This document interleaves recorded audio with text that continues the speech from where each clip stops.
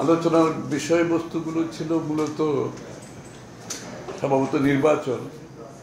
সবার মধ্যে তো ফেব্রুয়ারির প্রথমার্ধে নির্বাচন নিয়ে সবাই আগ্রহ ভরে অপেক্ষা করছে।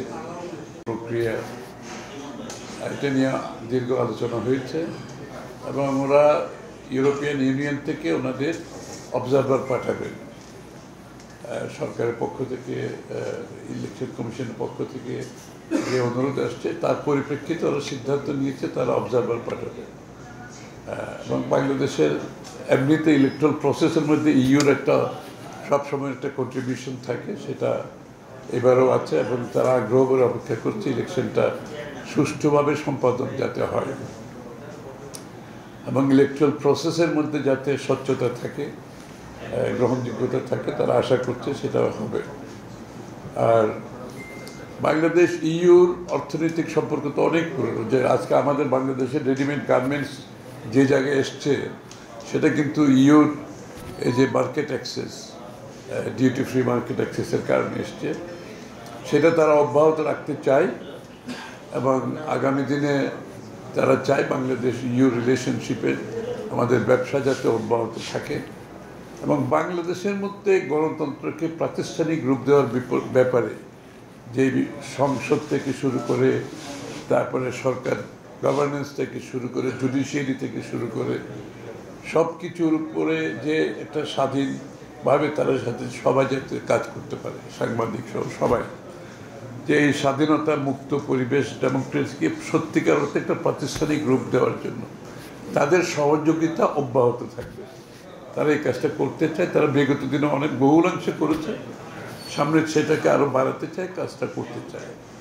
অবশ্যই এটাতে আমরা স্বাগত জানিয়েছি। কারণ বাংলাদেশের গণতন্ত্র যদি অব্যাহত রাখতে হয় আমাকে প্রাতিষ্ঠানিক রূপ দিতে হবে এবং এই গণতন্ত্রের যে বিষয়গুলো নিয়ে গণতন্ত্র কাজ করে সেগুলোকে আমরা প্রাতিষ্ঠানিক রূপ দিতে হবে, যে প্রতিষ্ঠানগুলো সেগুলোকে প্রাতিষ্ঠানিক রূপ দিতে হবে। গণতান্ত্রিক কালচারটা, সংস্কৃতিটা আমরা ফিরিয়ে আনতে হবে। যে ভ্যালিউসগুলো নষ্ট হয়ে গেছে সেটাকেও ফিরিয়ে আনার ব্যাপারে আমরা আলোচনা করেছি।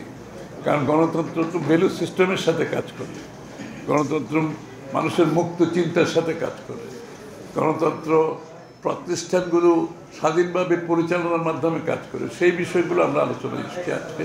হ্যাঁ, পার্লামেন্টকে তারা আরও শক্তিশালী করতে চায়। অবশ্যই শক্তিশালী গণতন্ত্র কাজ করবে যদি একটা শক্তিশালী পার্লামেন্ট থাকে। সেই জন্য তারা পার্লামেন্টকে শক্তিশালী করার জন্য, পার্লামেন্টের কার্যক্রমকে আরও বেশি অধিকতর কার্যকর করার জন্য যে কাজগুলো তারা সেখানে সহযোগিতা করতে চায়। হ্যাঁ, বিতর্ক তো কথা হচ্ছে সবশেষ হচ্ছে সবাই তো চাচ্ছে একটা স্বচ্ছ গ্রহণযোগ্য নির্বাচন। নিশ্চয়ই সেটা তো আলোচনা হয়েছে এবং দিনের শেষে আমাদের আরপিওগুলো যেগুলো আছে এগুলো যেগুলো বিতর্কিত বিগত আমলে ছিল এগুলো তো পরিবর্তন হচ্ছে, এটা কার্যক্রম চলছে। নির্বাচন কমিশনকে যে বিষয়টা গুরুত্বের সাথে আলোচনা হয়েছে, যে নির্বাচন যেহেতু এখন আমাদের সামনে চলে আসছে, সুতরাং আমরা 3 মাসের জন্য অপেক্ষা না করে 3 মাসের আগে সমস্ত দায়িত্ব নির্বাচন কমিশনের নিয়ন্ত্রণে যেটা থাকে সেটাকে আমরা যে আলোচনা এসছে সেটা এখন থেকে হওয়া উচিত।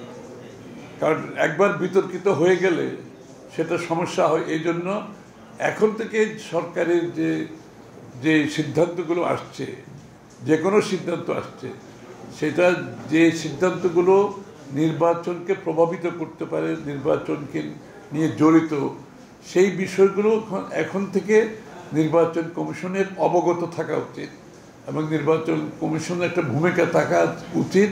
এই বিষয়টা আলোচনা হবে, ওটার উপর আমাদের কোনো কমেন্ট নেই। মানে কে কার সাথে কোথায় বৈঠক করতেছে এগুলো নিয়ে একটা রাজনৈতিক দলের প্রতিক্রিয়া হয় নাকি, এগুলো তাদের ব্যক্তিগত ব্যাপার, এগুলো নিয়ে আলোচনা কোনো বিষয়।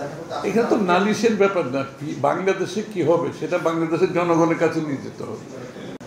আমি এটা নিয়ে আর কোনো রাজনৈতিক দলকে কোনো দেশের মানুষ দায়িত্ব দেয় নাই কোনটা হবে কোনটা হবে না। আপনি জনগণের কাছে যান, আপনার যদি কোনো ম্যান্ডেট নেওয়ার থাকে আগামী নির্বাচনে অংশগ্রহণ করেন, জনগণের কাছে যান, জনগণ সিদ্ধান্ত দেবে। এগুলো নিয়ে তো এখানে তো কোনো কূটনীতিকের সিদ্ধান্ত না, কোনো রাজনৈতিক দলেরও সিদ্ধান্ত না, এই সিদ্ধান্ত জনগণের। আপনি যদি গণতন্ত্রে বিশ্বাস করেন, জনগণের কাছে যান, জনগণের ম্যান্ডেট নিয়ে আপনার যা ইচ্ছা সেটা পাস করেন পার্লামেন্ট।